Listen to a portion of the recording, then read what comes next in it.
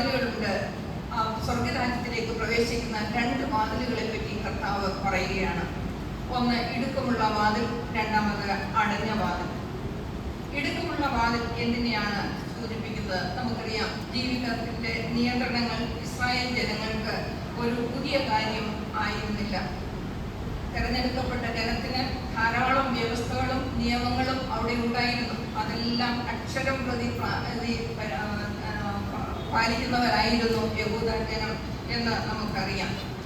അതുകൊണ്ട് തന്നെ അവർ വിചാരിച്ചു, ദൈവത്താൽ തെരഞ്ഞെടുക്കപ്പെട്ട ജനമാണ്, എല്ലാ കാര്യങ്ങളും അക്ഷരം പ്രതി അനുസരിക്കുന്ന ജനമാണ്, അതുകൊണ്ട് ദൈവരാജ്യം അവരുടേതാണ് എന്നുള്ള ഒരു ചിന്തയായിരുന്നു അന്ന് യഹൂദർക്ക് ഉണ്ടായിരുന്നത്.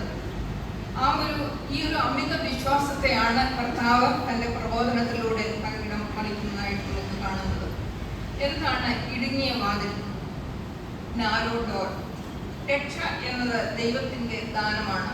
എന്നാൽ ആ രക്ഷ പ്രാപിക്കുവാൻ വേണ്ടി നാം നിരന്തരം പരിശ്രമിക്കേണ്ട ആവശ്യമുണ്ട്.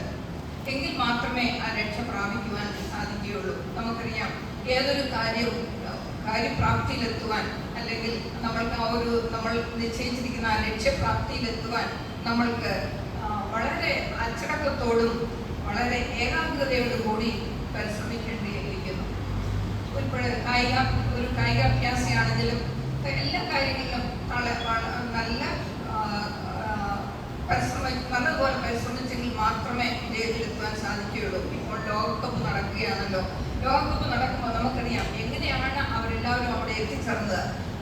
ദിവസമുള്ള അവരുടെ പരിശ്രമം കാരണമാണ് അവരവിടെ എത്തിച്ചേർന്നത് എന്ന് നമുക്ക് മനസ്സിലാക്കുവാൻ സാധിക്കും. നമ്മുടെ ശരീരത്തെയും മനസ്സിനെയും ആത്മാവിനെയും ഒരുപോലെ പാകപ്പെടുത്തേണ്ടതുണ്ട് എന്ന് കർത്താവ് ഇവിടെ ഓർമ്മപ്പെടുത്തുകയാണ്. നമ്മളുടെ കംഫർട്ട് സോണിൽ നിന്ന് നമ്മളൊന്ന് വെളിയിൽ വരേണ്ടതിന്റെ ആവശ്യം കർത്താവ് ഇവിടെ ഓർമ്മപ്പെടുത്തുകയാണ്.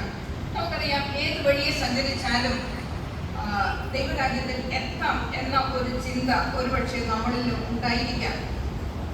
അത് എങ്ങനെയാണ് ഒക്കുന്നത് എന്നും കർത്താവ് നമ്മളോട് പറയുന്നുണ്ട്. ഈ സുവിശേഷം എല്ലാ വഴികളും ദൈവത്തിലേക്ക് നയിക്കുന്നില്ല എന്നാണ് നമ്മളോട് പറയുന്നത്. ഇടുങ്ങിയ വാതിൽ കൂടി മാത്രം നമ്മൾ കടന്നെങ്കിൽ മാത്രമേ നമ്മൾക്ക് ദൈവരാജ്യത്തിൽ കടക്കുവാൻ സാധിക്കുകയുള്ളൂ. വിശാലമായ വഴി നമ്മൾക്ക് ദൈവരാജ്യത്തിലേക്ക് നയിക്കുകയില്ല. ഒരുപക്ഷെ അവിടെ അപകടം നിറഞ്ഞ വഴികളായിരിക്കാം. എന്നാൽ ഇടുങ്ങിയ വാതിൽ കൂടി പോകുമ്പോൾ നമ്മൾ ശ്രദ്ധിക്കേണ്ട കാര്യങ്ങൾ എങ്ങനെയാണ് അകത്ത് കടക്കണം. ഇടുങ്ങിയ വാതിലൂടെ അകത്ത് കടക്കണമെങ്കിൽ നമുക്കറിയാം, നമ്മൾക്ക് ഒന്ന് പരുവപ്പെടേണ്ടതുണ്ട്. നല്ല വണ്ണമുണ്ടെങ്കിൽ ആ വണ്ണമെല്ലാം ഒന്ന് കുറയ്ക്കേണ്ടതുണ്ട്.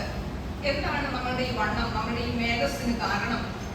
ഈഗോ, നമ്മളിലുള്ള പാപം, നമ്മൾ നന്മ ചെയ്യേണ്ടടുത്ത് നന്മ ചെയ്യാതിരിക്കുക, കോപം, അനുസരണക്കേട്, ഇങ്ങനെയുള്ള പല പാപങ്ങൾ കാരണം നമ്മളുടെ വണ്ണം വെറുത്തിരിക്കുകയാണ്. ഈ ഭാരം എല്ലാം